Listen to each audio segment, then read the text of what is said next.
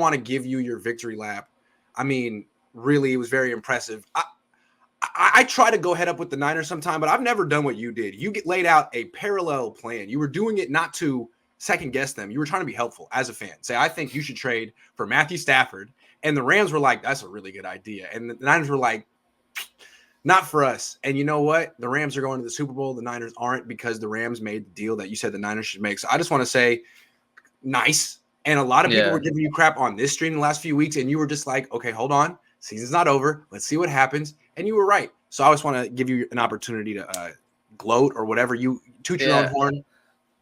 It's a little bit bittersweet, right? Because if he had done that for the Niners, it would feel a lot better. Him doing that for the Rams, while nonetheless, I mean, very impressive. That's my question. Should the Niners have traded for Stafford? I mean, absolutely. Absolutely. Yeah. I said this even when they traded up, even when they drafted Trey Lance. To me, the number one move of this offseason was trading for that guy. Yeah. He's a special quarterback.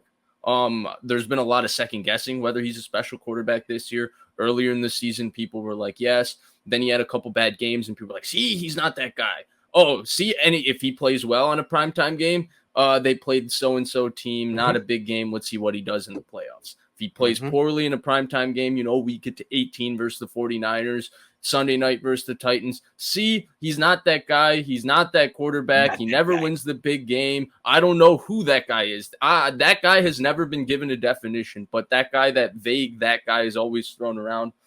He is that guy.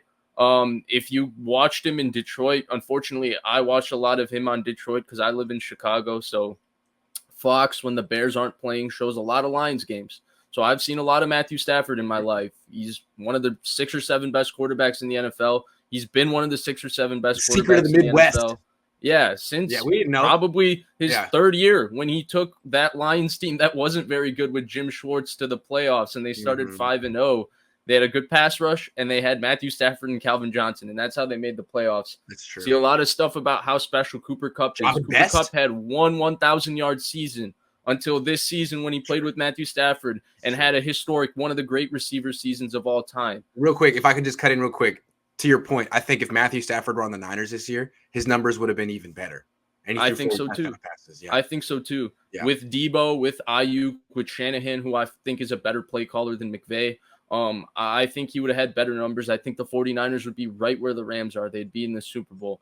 Look, we don't know how long-term Trey Lance is going to play out. But my issue with trading for Trey Lance and not playing him the first year was always about the fact that I felt like this roster had only 30 players signed to going into 2022. I thought a lot of really good veteran players might walk after this season.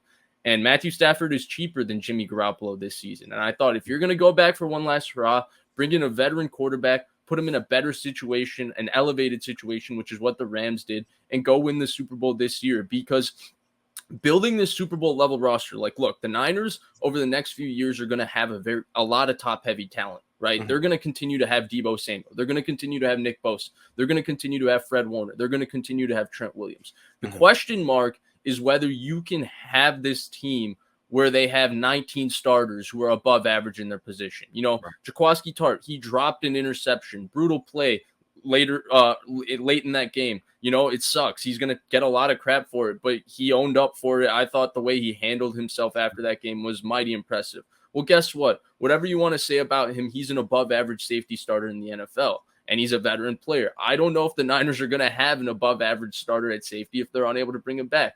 K'Wan Williams fills that boat. He's an above average nickel in the NFL. You have so many players, different players. Laken Tomlinson, he's an above average starting guard. So you have all these different players that they've had the last 3 years. DJ Jones is another that are above average players at their position, kind of unsung, underrated heroes, but they're really better than most guys in the league. And to me, it'll become a question mark on whether they can bring these guys back and how good the roster will be for Trey Lance. We're going to talk about that ad nauseum, but that's why, to me, getting the veteran quarterback, getting Matthew Stafford, going and winning it all was the right decision.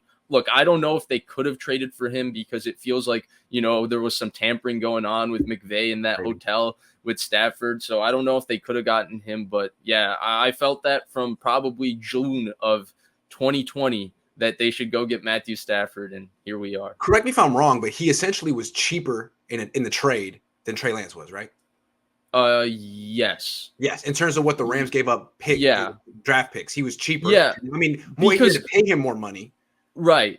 Because I think you also have to include the fact that one of the first round picks was literally to trade the albatross contract that was Jared Goff. It wasn't for Matthew Stafford. The other thing about this, like I've seen a lot of Stafford now. I didn't see him before. You were the expert. I've seen him now, and my thing with Stafford is he's not a great quarterback. He's not great, but he's very good.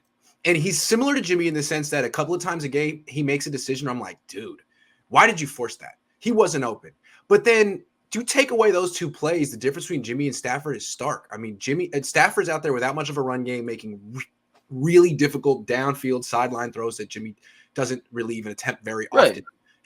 And so what I want to say is, while he's not a great quarterback, if he were on this team, the Niners would be in the Super Bowl, which was your point. Of course. Which was your point. There's 5 quarterbacks in the NFL every year. The Rodgers, the Josh Allens, the Patrick Mahomes, the Tom Brady's that regardless of roster, they'll carry their team, go to the playoffs. They can do everything. They'll put their team on the back. He's the guy that falls into the next tier, and he's always been like on top of that next tier. And early in his career was him. It was Matt Ryan. It was Carson Palmer. It was Tony Romo. All these guys that are really, really, really good. They're not, Jimmy Garoppolo, but they're not Aaron Rodgers. And if you give them a little bit of support, you could do wonders. What the Niners have, what the Rams have.